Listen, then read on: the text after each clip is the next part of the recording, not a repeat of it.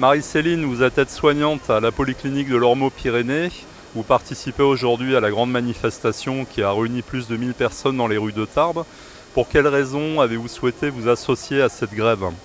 Car je suis aide-soignante dans la clinique depuis plus de 2 ans et je me sens concernée par rapport à la prise en charge des patients qui est de plus en plus difficile, c'est-à-dire qu'on déplace du personnel, on ne remplace pas certaines fois le personnel qui peut être en arrêt maladie ou en vacances, et donc on se met en danger en tant que professionnel et on met surtout les patients en danger à cause de cette mauvaise prise en charge du coup que le groupe nous impose.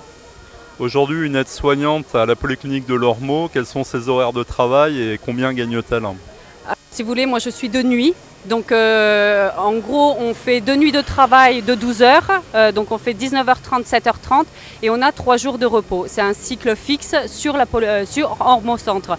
Après, sur Ormeau-Pyrénées, il y a des cycles différents et justement, les filles sont en danger par rapport à ça parce qu'elles se retrouvent avec 8 horaires différents qui sont complètement incompréhensibles. Elles sont déplacées de service en service et du coup n'ont pas les aptitudes pour certaines spécialités où elles se retrouvent.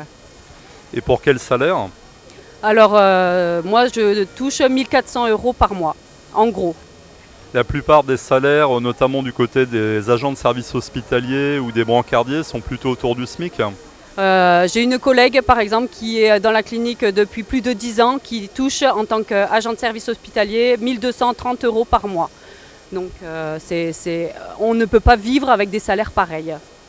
Depuis combien de temps avez-vous constaté cette dégradation de vos conditions de travail ? C'est-à-dire depuis que le groupe Medipol Partenaire a racheté la clinique. On a vu de jour en jour les conditions de travail, on nous demande plus avec beaucoup moins. Est-ce que vous avez le sentiment que les usagers, les patients comprennent votre mouvement ? Ils sont tous derrière nous et ça nous rebooste justement parce que tout ce qu'on fait c'est pour eux, ils nous soutiennent même si justement ils se retrouvent dans des conditions d'hospitalisation difficiles. Vous avez manifesté aujourd'hui avec plusieurs collègues en blouse blanche et puis vous arboriez cette croix sur laquelle est indiqué ce message « Soignants en danger, la santé condamnée ». Pourquoi une croix de bois dans la manifestation ? Qu'est-ce que vous avez voulu signifier ?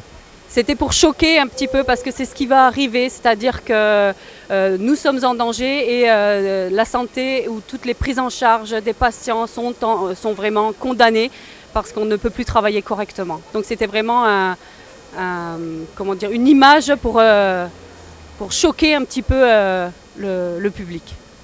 Est-ce que vous avez le sentiment qu'il y a une solidarité entre les différents métiers de la polyclinique aujourd'hui dans ce mouvement ? Complètement, on est tous soudés, que ce soit les administratifs, les soignants, psychologues, infirmiers, aides-soignants, il n'y a plus de distinction. En fait, on est tous salariés et on est tous en danger. Merci.